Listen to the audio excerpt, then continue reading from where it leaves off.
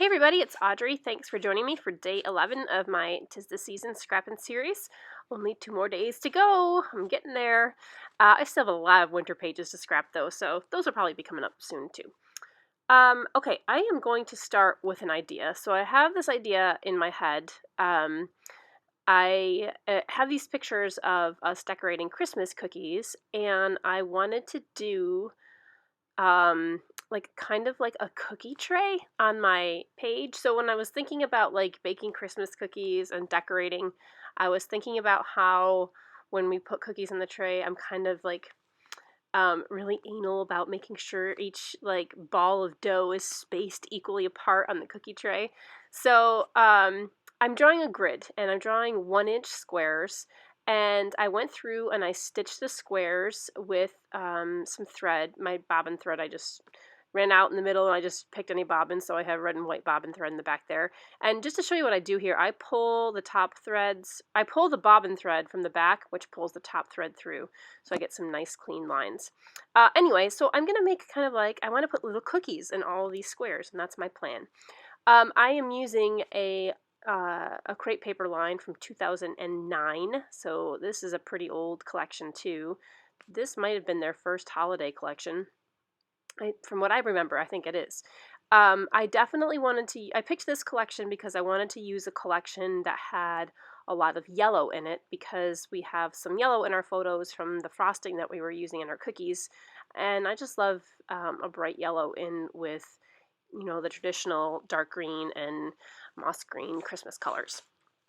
So I was originally going to like just punch out circular cookies and like do different things to the circles, like emboss them or, add like Nuvo drops or buttons or things like that. And the sticker sheet that came with this collection kit had a whole bunch of little tiny stickers and like pop out die cuts. So I'm just going to town pulling all of these off, and yeah, I just start putting the circles in, and I honestly, I had this vision in my head about what I was going to do.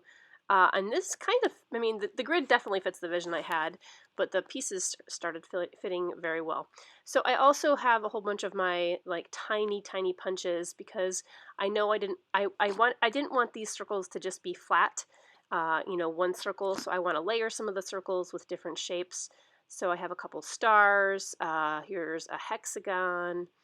Some more tiny circles, and I think a heart eventually.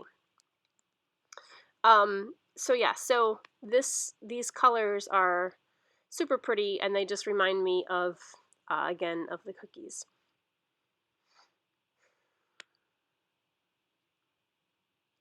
We always make these cookies every year. I personally don't like to eat these cookies. They're not my favorite Christmas cookie at all, but of course, when you have little kids, the decorating is very important, so we've got to get out the frosting and all of the different 1,000-color sprinkles and decorate away. And this was a special kind of decorating party because my brother from Alabama and his partner were in town, so they got to decorate with us, and we haven't gotten the chance to do that all together in a while. So it was very fun. And I think this was our first Christmas. We had our kitchen renovated, and I'm pretty sure this was our first Christmas in our new kitchen. So that was kind of fun too. So I have my circles. I'm not going to fill up every square. I know that right away. I definitely want to leave a couple of the squares empty, just to kind of leave a little balance. I don't want to fill it in too much, and I think the empty spaces kind of add some interest too. As I'm laying out these shapes in the grid, I'm also trying to kind of balance the colors. So, I don't want too many yellow elements together, and I don't want too many lime green elements together. And then I started thinking about other circular things I have in my stash. So I went through a whole pile of, flair.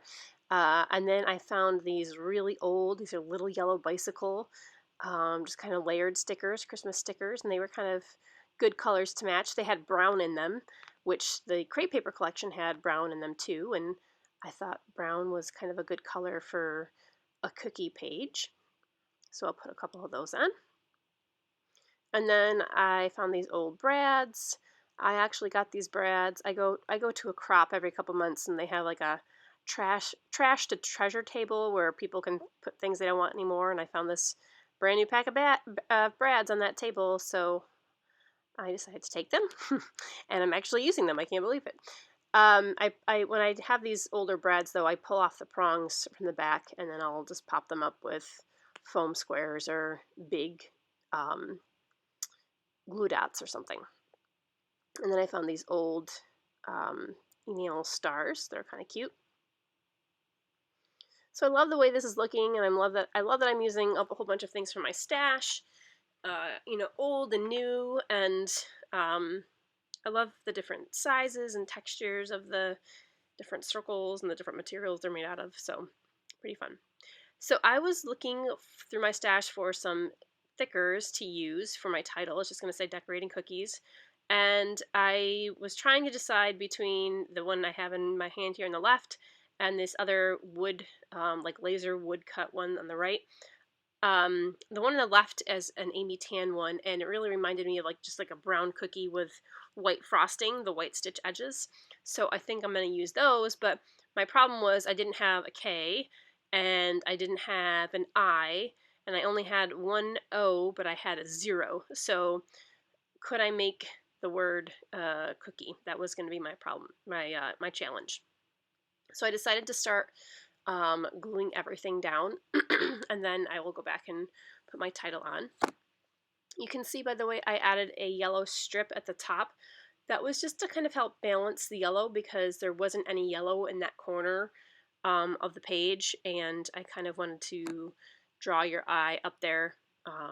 And my title is going to go on the bottom. I had thought about that in my head if I wanted to put the title on the top or the bottom, and I decided with the bottom. So I needed something up there behind those photos in the top left to kind of just balance it all out. So here is where I'm going to layer all of my little bits, and this actually takes me a little while. I started doing all the little tiny pieces first. Some of them were stickers, so that was easy. Some of them came right off a sticker sheet, but I couldn't remember which ones were which, so I had to go through and make sure I tested every one to make sure it was adhered.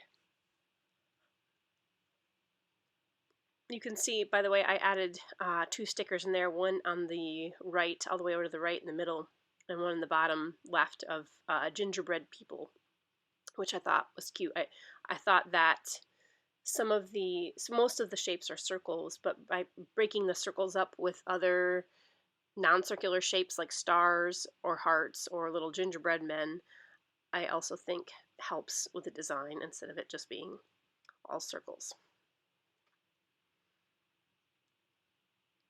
Okay, so now I'm going to pop my photos off. You saw, by the way, that I matted my photos with some patterned paper, and I'm going to just put some craft foam in the back. The patterned paper I picked for my mat, one side is green and one side is kind of like a candy cane stripe, and I couldn't decide which side I wanted, so I did the bottom photo with the green background and then the top photos with the kind of the candy cane background. And I have a couple label stickers up there too.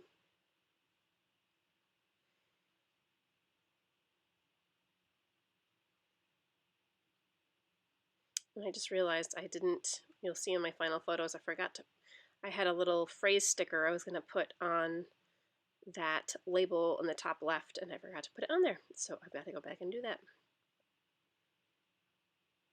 Okay, so now let's see how this title looks. I did finagle around with the K. So the way I made the K is I took a Y and I turned it upside down, and then I just cut a piece off of a Z, like a straight line off of the letter Z. Actually, the angled line off of the Z, and then that made my K. And then I didn't have a lowercase I either, so that was another bit off of my letter Z. So that came out pretty good. So after I had that brown title down there, I felt like I wanted something else brown, and I was just looking through the crepe paper kit again, and then there are these brown stickers, kind of these scallop stickers, so those are cute. And they, for some reason, that pattern just reminds me of I don't know. It reminds me of baking. I don't know why. Or it reminds me of cooking. I don't know. I can't explain it, but maybe it's the shape, kind of like the cutout shape or something.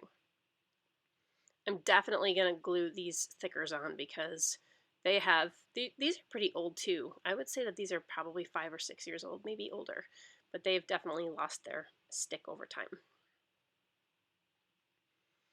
I didn't do any mixed media on this page. I had considered doing some background work behind where the photos were going to go, but then I decided against that because I knew that the circles were going to be so busy. So I just did a few splatters around the edges. And then I'm going to go back with these. These are old also. Cosmo Cricket. Remember them? Cosmo Cricket tiny stickers. I have a couple packs of these in different colors. And they are very, very useful for kind of doing like subtitles and stuff. And then these last two circles, I decided that I wanted to add some twine in them. They were kind of like die cut buttons, and I wasn't going to kind of show the button part. I was just going to leave them as is. But I added a little bit of twine just for some extra interest. And I think that that does it. I go back and I add some journaling to the left, put the date in there. And there is my deconstructed cookie sheet of cookie design. Cookie sheet of cookies design. So I really love how this came out. Sometimes you get an idea in your head and it doesn't come out on the page the way you had it planned in your head. But for me, this one definitely did. So I love all the different shapes and how they're popped up and just all kinds of different elements I use too. And I really think it feels like a good cookie page. So that wraps it up for today, and I will be back with one more holiday-inspired page tomorrow. Thanks for stopping by, and stay scrappy, friends.